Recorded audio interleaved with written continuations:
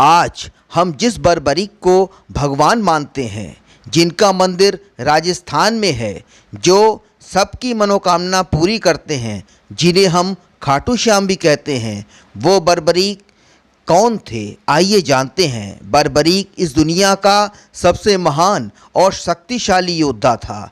बर्बरीक घटोत्कच और अहिलावती का पुत्र था। बर्बरीक की माँ ने उससे कहा था कि बेटा, युद्ध में जो पक्ष कमज़ोर हो उसकी तरफ से लड़ना। बर्बरीक ने शिव की प्रचंड साधना करके 3 अमोघ बाण हासिल किए थे, जो खाली नहीं जाते थे, जिससे वो पूरे महाभारत का युद्ध एक क्षण में ही समाप्त कर सकते थे या युद्ध की दिशा किसी भी पक्ष में मोड़ सकते थे। जब भगवान श्री कृष्ण को उनकी शिव साधना और भगवान शिव द्वारा दिए गए चमत्कारी बाणों के बारे में पता चला, तो भगवान श्री कृष्ण अर्जुन के संग बर्बरीक से मिलने गए।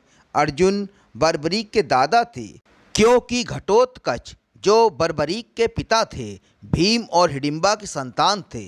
इस तरह से 5 पांडव बर्बरीक के दादा लगते थे।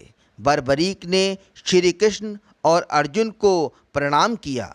बर्बरीक ने कहा कि मैंने शिव की घोर तपस्या करके प्रसाद स्वरूप ये बाण हासिल किए हैं। इन बाणों से मैं एक क्षण में युद्ध का परिणाम बदल सकता हूँ।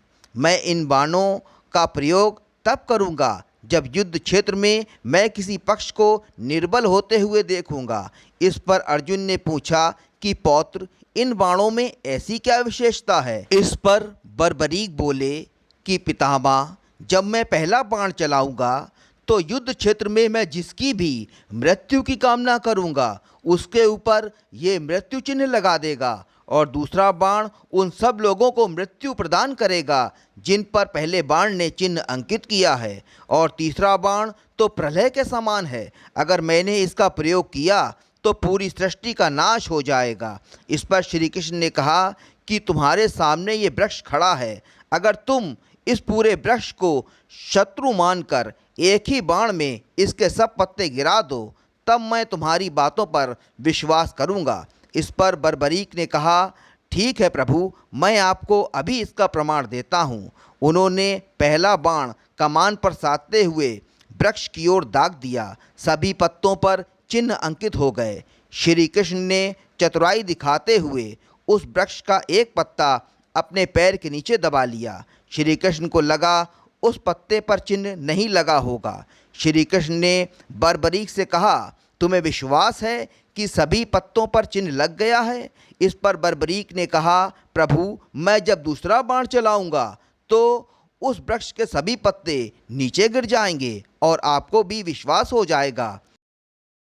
ये कहकर बर्बरीक ने दूसरा बाण दाग दिया। देखते ही देखते सभी पत्ते धरती पर गिर गए। बाण सभी पत्तों को गिराता हुआ श्री कृष्ण के पैरों के ऊपर आकर रुक गया। इस पर बर्बरीक ने कहा, प्रभु, एक पत्ता आपके पैर के नीचे आ गया है। मैंने इस बाण को पत्तों को भेदने की आज्ञा दी थी, आपके पैर को नहीं।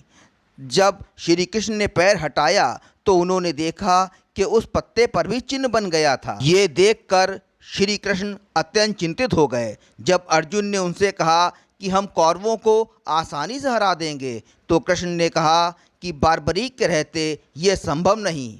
कौरव जैसे ही कमज़ोर होंगे वैसे ही बर्बरीक अपने 2 ही बाणों से पूरे युद्ध का परिणाम बदल देंगे। अर्जुन ने कहा, प्रभु, अब क्या करें? इसके बाद कृष्ण और अर्जुन बर्बरीक के पास गए। कृष्ण ने कहा कि युद्ध शुरू होने से पहले माँ चंडी किसी की बलि चाहती हैं, और इस संसार में 3 ही ऐसे वीर हैं जिनकी बलि माँ स्वीकार करेंगी। पहला मैं स्वयं हूँ, दूसरा अर्जुन है, और तीसरे बर्बरीक तुम हो।